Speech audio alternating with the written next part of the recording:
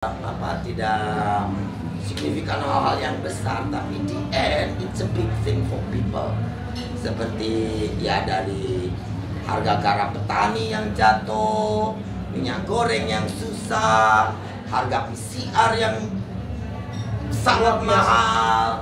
Sekarang aja misalnya contoh orang kita mau keluar negeri, tujuan luar negeri aja tidak mengharuskan kita PCR. Ya. Tapi kita hanya boleh keluar dari Indonesia kalau PCR, kan? Itu hal-hal yang saya pikir ya sedikit gemes gitu loh. Why? Komunitas pendukung Susi Pujiastuti yang menamakan diri Kopi Susi mendeklarasikan mantan Menteri Perikanan dan Kelautan Susi Pujiastuti untuk maju pada Pilpres 2024 mendatang. Deklarasi ini digelar di Geraha Adia Garini, Halim Perdana Kusuma, Jakarta Timur, Minggu 3 Juli 2022. Acara ini dihadiri sekitar 150 relawan yang berasal dari berbagai daerah.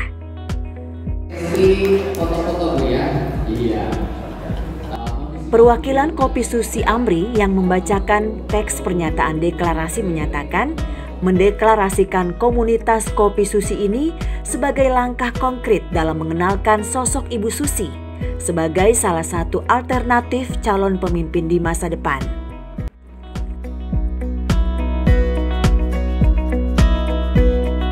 Ketua Panitia Acara Kopi Susi Firawati menjelaskan, pihaknya melihat Susi Pujiastuti sebagai sosok yang ideal dan tegas. Memang kita melihat Ibu Susi itu sebagai sosok yang memang ideal buat kita, karena beliau tegas.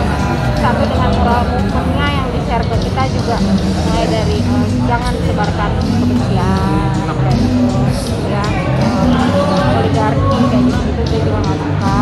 Kemudian politisasi juga ya, tempatnya kayak gitu. Jadi kayak sebentar sebom dari kayu. Dalam beberapa survei, Pujiastuti unggul sebagai salah satu sosok yang diharapkan bisa memimpin Indonesia di masa mendatang.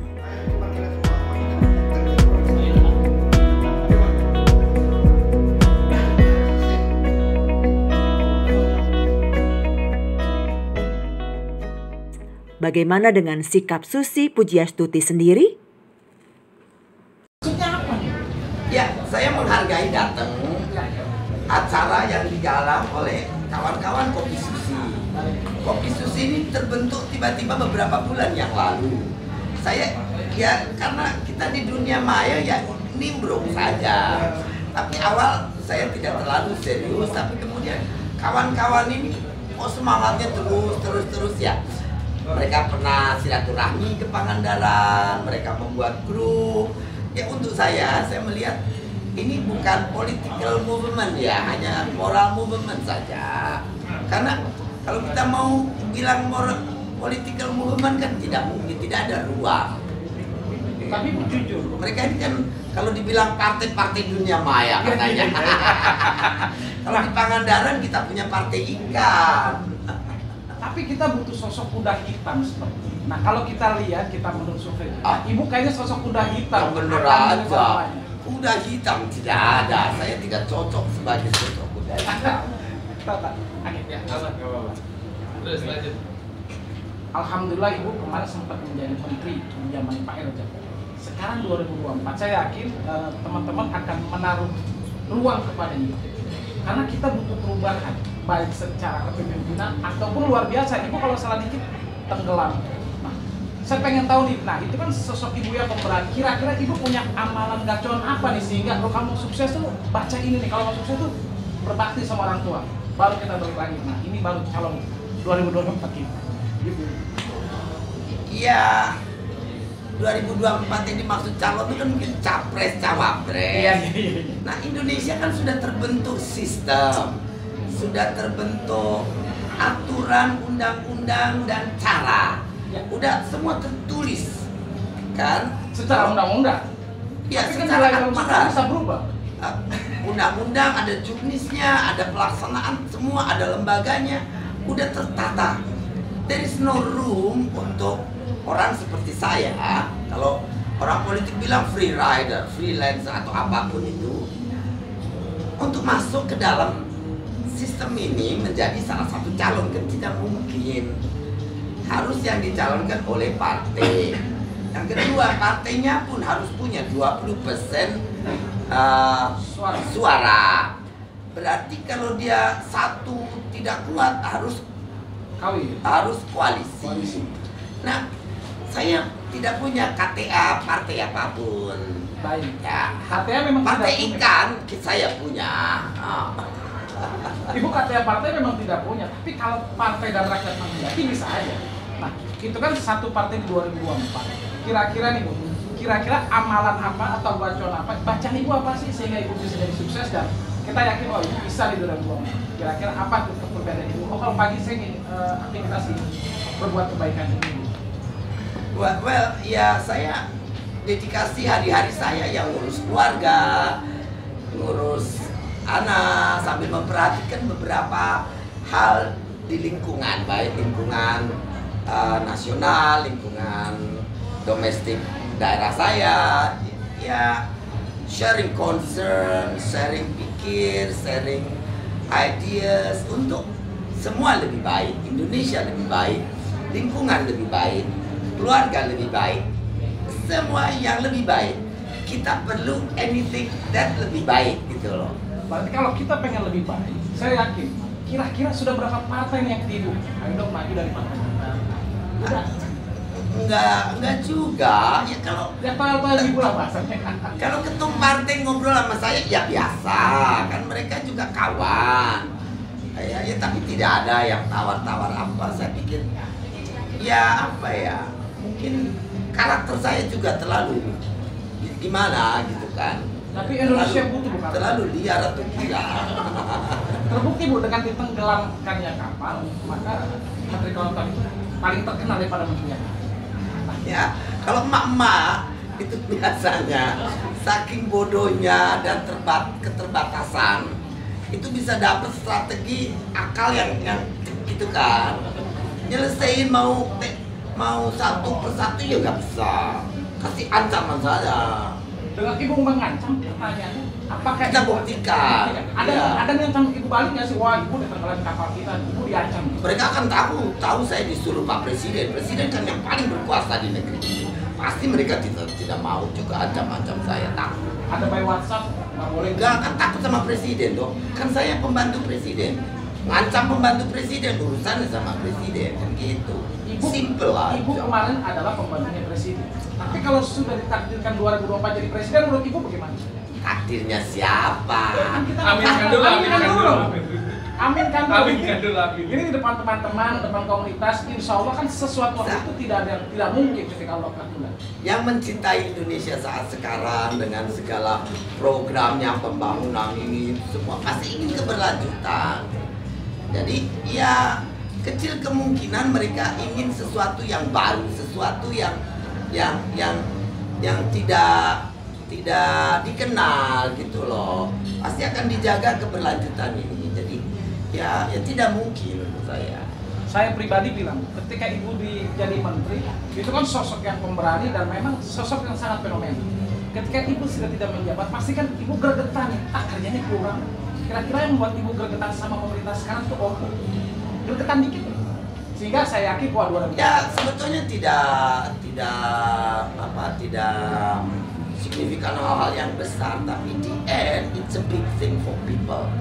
Seperti ya dari harga garam petani yang jatuh, minyak goreng yang susah, harga PCR yang sangat mahal. Sekarang aja misalnya contoh orang kita mau keluar negeri, tujuan luar negeri aja tidak mengharuskan kita PCR. Ya. Tapi kita hanya boleh keluar dari Indonesia kalau PCR kan. Itu hal-hal yang saya pikir ya sedikit gemes gitu loh. Why? Berarti banyak yang perlu diperbaiki. Ya pemerintah kita kasih masukan, mereka akan perbaiki. Tapi sudah ada sejarah. Indonesia pernah punya presiden wanita. Dan kemungkinan besar sejarah itu akan berulang.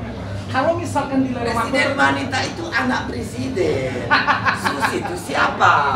Pak Jokowi juga bukan siapa-siapa sehingga menjadi presiden Republik Indonesia. Kalau misalkan Ibu diaminkan sama masyarakat Indonesia, Pak Jokowi didukung partai besar yang menguasai 20% 20% threshold.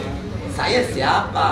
Ibu adalah Ibu Susi yang sangat baik hati dan sangat luar biasa sampai.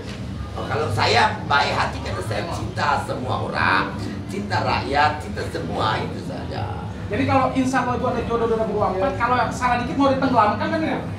Menterinya langsung diganti atau tidak? Caprus jadi jodoh-jodohan. Baik. Harapan Ibu tentang pemimpin yang akan maju di Pilpres 2024 ini seperti apa sosoknya? Mampu menyelesaikan persoalan yang ditimbulkan oleh kebijakan-kebijakan publik yang saat sekarang tidak menguntungkan atau membuat kehidupan masyarakat itu sulit. Itu pertama yang paling penting. Yang kedua adalah yang mengerti bahwa lingkungan itu sangat penting untuk kita, negara kita, untuk dunia.